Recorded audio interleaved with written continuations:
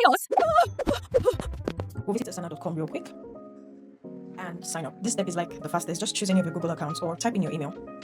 As you're setting up your account, you need to fill in a couple of details, but these don't really take time, so just fill that and we'll move on. Now, one of my favorite Asana features is that you can connect it to so many other productivity tools. So you can connect it to your Notion, Gmail, Google Drive, whatever. If that's something you want to do, you can just organize that in this step by clicking what you want and clicking continue. Then it will just show you the steps to follow. If you'll be collaborating with someone else, you can just put their name here, their email address rather, and click continue. But if not, you can just skip. Right now I'm skipping. Fantastic. So we've got a 14 days free trial. This is how you can just test it out, and if you don't like it, move on to the next one. Now, this is what it looks like, right? But if you click on this hamburger menu right here, you see other options on the left. Since we're using this for the very first time, we just start by clicking this button right here to create. Don't use any templates, just start learning it by creating from scratch. We'll click on project, then blank project. We're going to give this project a name. Good. So this is going to cover everything you have to do content-wise for my personal work to clients. So next, you want to set privacy. If you're inviting others, you can just click on this here and private to members. So those are people you invited yourself. But if that's not necessary, you can just skip this as well. And you can continue. So how do you want to organize a project? Look, I am a millennial and I love lists. But the good thing is all the views are already ticked for you. So we're just going to click create project. Ta-da! Here we are. So what are the things we need to do? First, you come here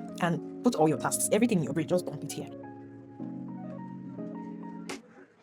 Good. Now you see this checklist here. When you're done and you click on it like this, that animation just makes me feel like I've done something, right? But if you're not done with your task, you don't have to click it, so it just remains that way. There are other columns as well, so you have assignee and you have due date. So for the assignee, you can just click here and put in anybody's email that is working on the project. So I'm just going to put mine here, and for due date, you just click on it and click date. So let's say I want to be done with it by tomorrow, and that's it. But you just need to repeat this for every single task, and you're good to go. So once you're done, just come here and click, and it just shows that it's complete. But if this is not a view that you like, you can click on board, and then you get the standard board that you find on other platforms like say Trello. So here you have the tasks.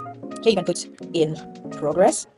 So when you start, you can just move this from here and put it right here to show that you're working on it. And you can also create another section here, and we're going to call this one done. But once I'm done, I'm just going to move it here. You see? Very simple. Now see how interesting this is. If you come back to this, it's going to show that task is done. You can't find it here anymore. Come down here. Order done. It's not confusing. It's actually very, very useful. So just step 1, put everything in your list. Step 2, assign here, put your due date here, and then you can go to board and start moving as you progress. Comment what else you want to learn about Asana.